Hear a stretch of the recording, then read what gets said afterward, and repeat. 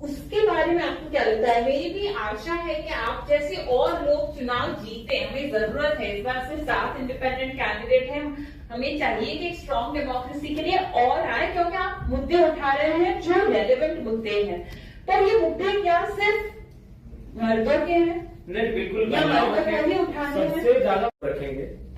Actually हम लोग एक स्टूडेंट प्रोटेस्ट के माध्यम से राजनीति में आए।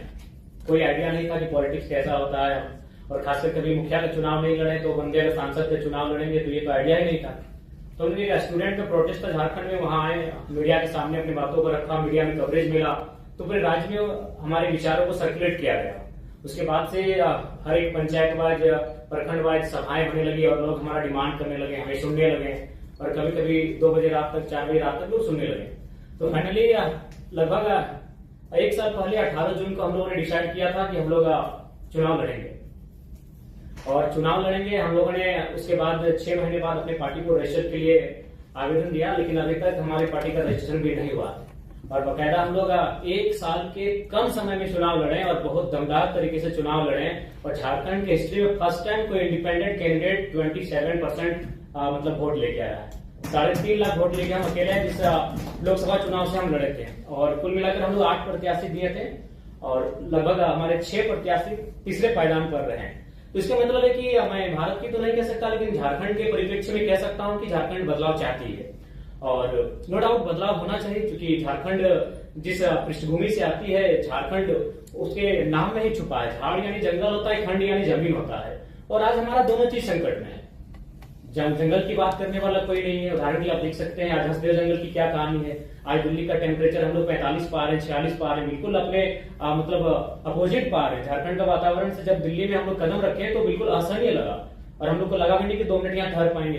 तो कहने की जो झारखंड का इशू है उसके नाम में छुपा है, और लगातार उन इशुओं पर हम लोग लड़े, उन इशुओं पर हम लोग बात किए, तभी जाकर जनता ने हमें आशीर्वाद दिया। नहीं तो उन पार्टियों से चुनाव लड़ना जो पार्टियां 40 साल पुरानी है, जो पार्टियां 50 साल पुरानी है, जिनका बूथ स्तर में कार्यकर्ता है, जिनके पास धनबल है, उनसे टकरा पाना पॉसिबल नहीं था। तो मेरे कहने का मतलब है आज भी अगर आप, क्योंकि बहुत सारे लोग कहते हैं कि कई साल लगते हैं राजनीति में आने के लिए, सालों लगते हैं, जूते घिस जाते हैं, माने बाल सफेद हो जाते हैं, इस मिथ्या को तो झारखंड हमने तोड़ दिया है कि मात्र साल भर के अंतराल में हम लोग 3.5 लाख वोट लेकर आए हैं। और बस अगर हमारे पास एक बेहतर टीम होती तो पहला ही चुनाव हम जीत जाते। ज्यादा अंतर नहीं था, जो जीते वो 4.5 लाख लाए, जो सेकंड में 3,70,000 लाए इंडिया गठबंधन वाले, और हमसे मात्र 20,000 कम मेरा वोट था।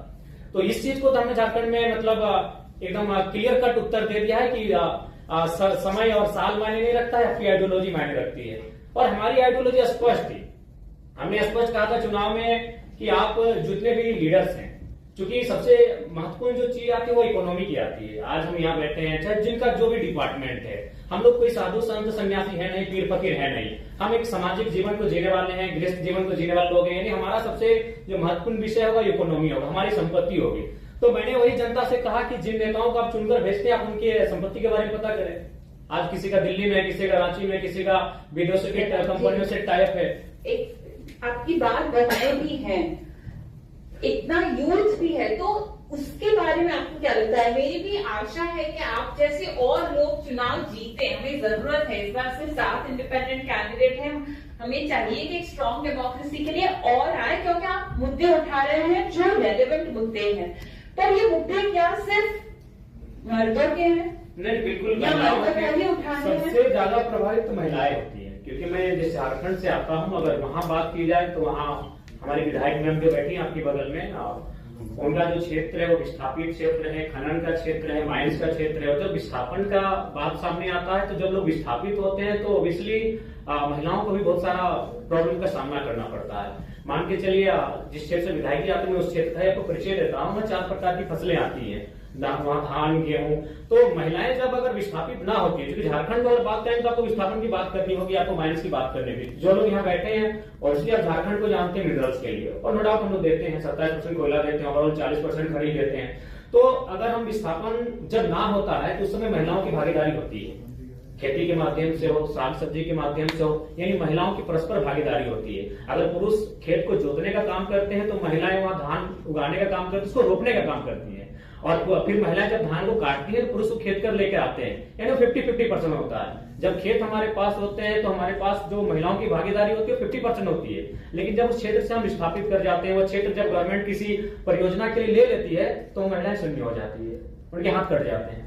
तो लाइक जब हम लोग न्यू झारखंड की बात करेंगे तो महिलाएं ऑब्वियसली बहुत भारी संख्या में होंगी, और इस चुनाव में हमारे पास जो मेरा वोट बैंक रहा 3.5 लाख, उसमें अगर रेशियो भी देखा जाए तो 60% यूथ थे, बाकी 40% महिलाएं थी।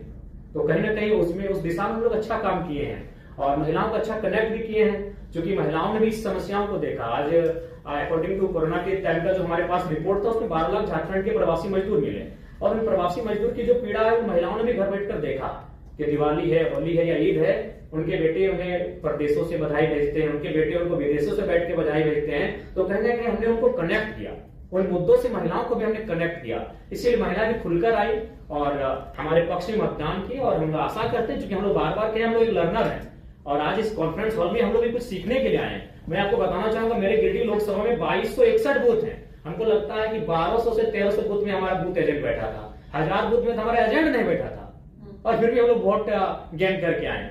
तो हम लोग ऑब्वियसली लर्नर पीरियड में है, और चीजों को जब हम लोग सीखेंगे, और जब इस प्रकार दिल्ली में बैठकर, महाराष्ट्र में बैठकर